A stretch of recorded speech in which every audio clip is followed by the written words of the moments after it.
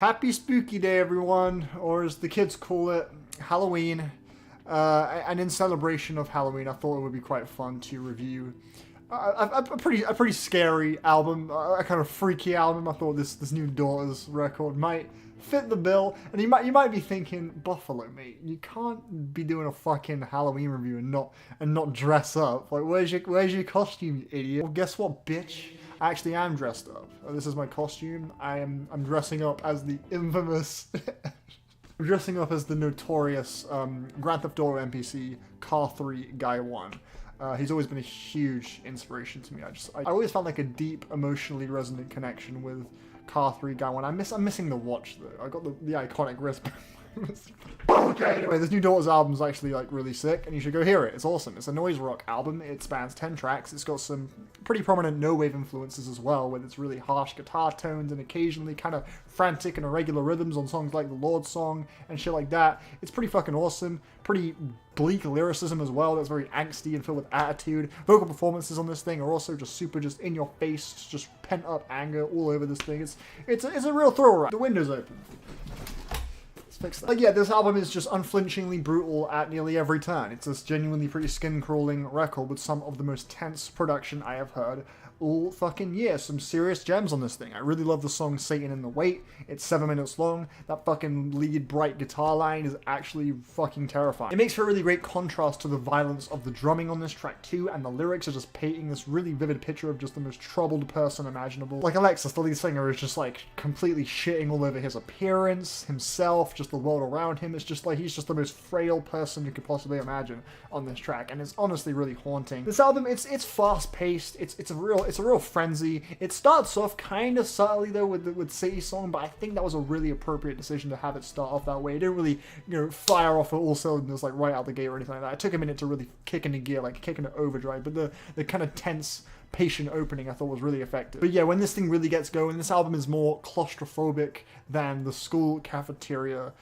on a rainy fucking day. And the core sound and production of this album does a really great job at matching the bleakness of that very same setting. Love the Lord song, huge favorite of mine on this album. That shrieking guitar that kind of hangs in the back is eerie as fuck, creates a totally nightmarish atmosphere, which works especially well when paired with the writing, which again just is presenting a really just disturbed character who seems to find an insane comfort in just feeling miserable. Like, a lot of the writing on this album does actually just kind of feel like a bunch of pent-up frustration and anger just being fired at you in just this ballistic stream of consciousness, like on The Reason They Hate Me, which has so much angst. I fucking love this track. The lines he was talking about, like, don't tell me how to do my job, and like maybe the song waits for you to be shown what to do. Like, it's just so like, fuck you to everything. It's just so against the idea of being told what to do and shit like that. I just think it has so much attitude. I like the Flammable Man too. This track is shorter, although I don't really feel like this track is a hugely essential moment on the album. It does kind of reiterate the same sort of propulsive aggression that you'll be hearing throughout most every track on this album, but I will say the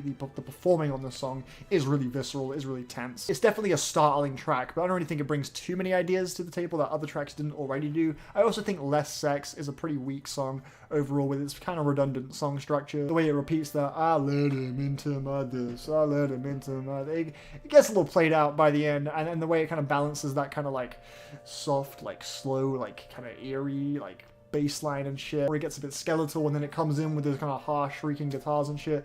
It just gets a little bit see-through. I just think it didn't really result in the most satisfying payoff by the end either. But the album picks up big time with Daughter, which is probably my favorite song on this album. I fucking love that synth line. It's so frightening. It's really catchy and just creates such a potent atmosphere. This track is just the most atmospheric, skeletal, and skin-crawling that the record ever gets. I also think it ends off phenomenally with a Guest House. Holy shit, the ending of Guest House, the final like minute or so of it is fucking, like, the way the album ends off is fucking amazing. The repetition of knocking and knocking, let me in, it's oh my god, man, there's so much visceral intensity to it. It's really great. I think Ocean Song though, that track, okay, it was cool.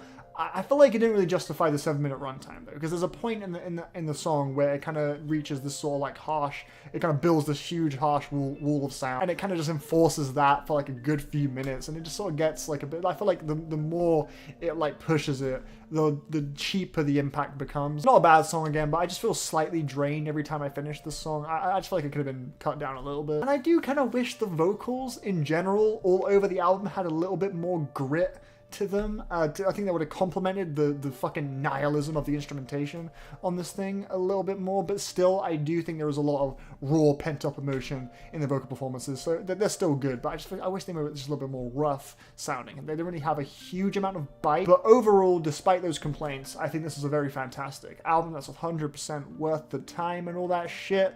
I'm feeling a fucking 8.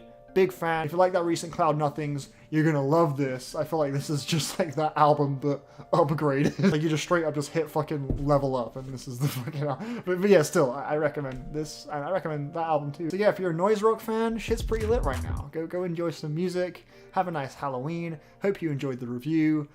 Bye.